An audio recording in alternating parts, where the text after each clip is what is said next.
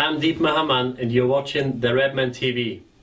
Hello, welcome to Redmen TV. Some breaking news. The Premier League have officially announced they're to cap prices on away tickets to £30 from next season. Chris, you've got some of the quotes? Yeah, the top flight 20 clubs have unanimously agreed that more should be done to help away fans. In a statement, the Premier League said away fans were essential for match atmosphere and help make the league unique. It's recognised as well that away fans obviously have travel costs and stuff, so capped at £30 starting from next season, Paul.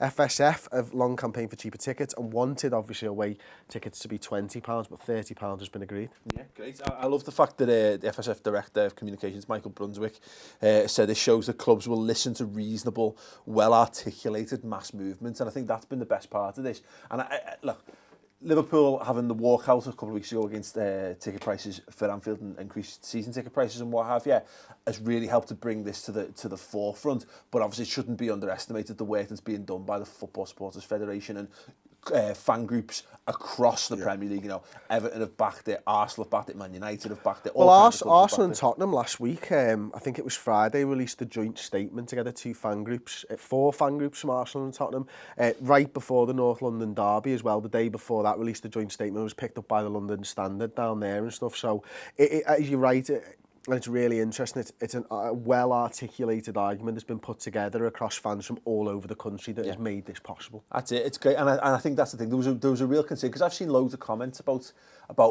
building up to the Liverpool protest and whatever, and I've seen it consistently over the last few years as this issue is built to a head of people saying, "Oh well, whatever. Who cares? You should pay what if you want to support your football team."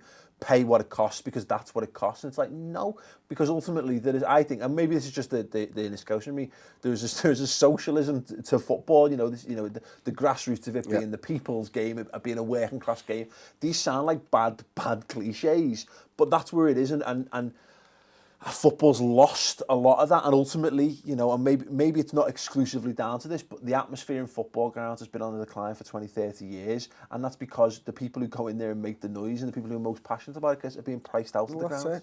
Isn't it? And, from my personal perspective, when it comes down to it, what I've always wanted from sort of my early 20s is to be able to take the next generation of my family along to the game. Yeah. And we were at a point where I can barely afford to take myself to the game. Yeah. Start adding the factors in, like how difficult it is to actually get a ticket. Yeah. But when you start thinking of away tickets, we're sort of starting to spiral as well. Really difficult for families to be able to go to and enjoy the football together. Well, I think that, particularly on the away front, I think that's a massive issue for the home stuff. For the away stuff, I think it's a completely different approach to it. Is there's basically a tax on people who support big clubs. Yeah. Because Liverpool are a Category A fixture wherever we go. The clubs charge a premium for the privilege of watching their team play Liverpool, play Man United, play Man City, etc., etc.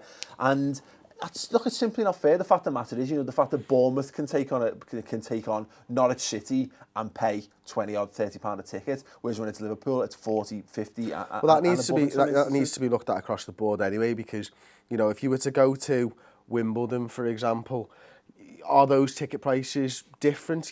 When you see first round tickets are all the same.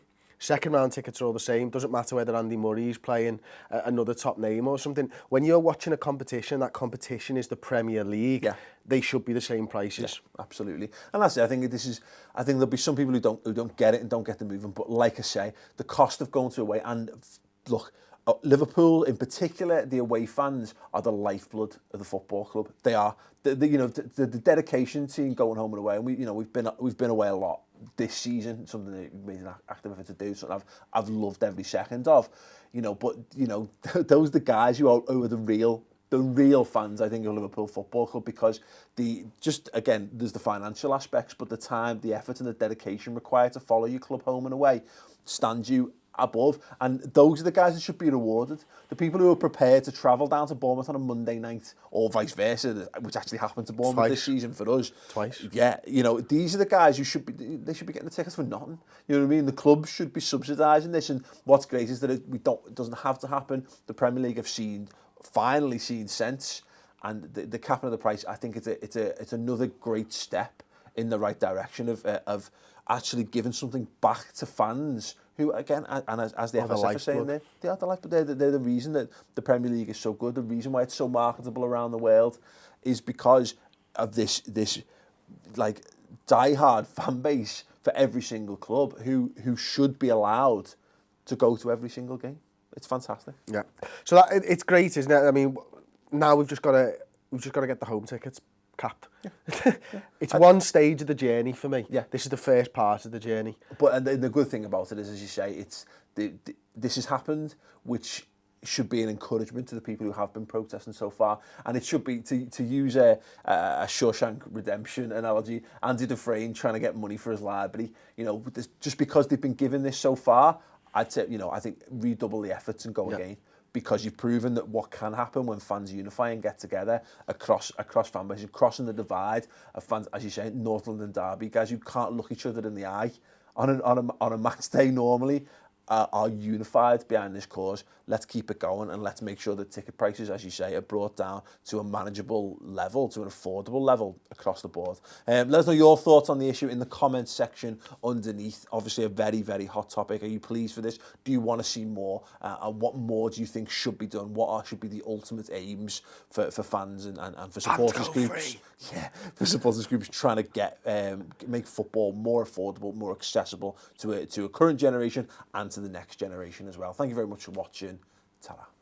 Well, welcome to Redmen TV. It's an Uncensored match build-up show. Liverpool are in Europa League action in the round of 16 against Manchester United. What?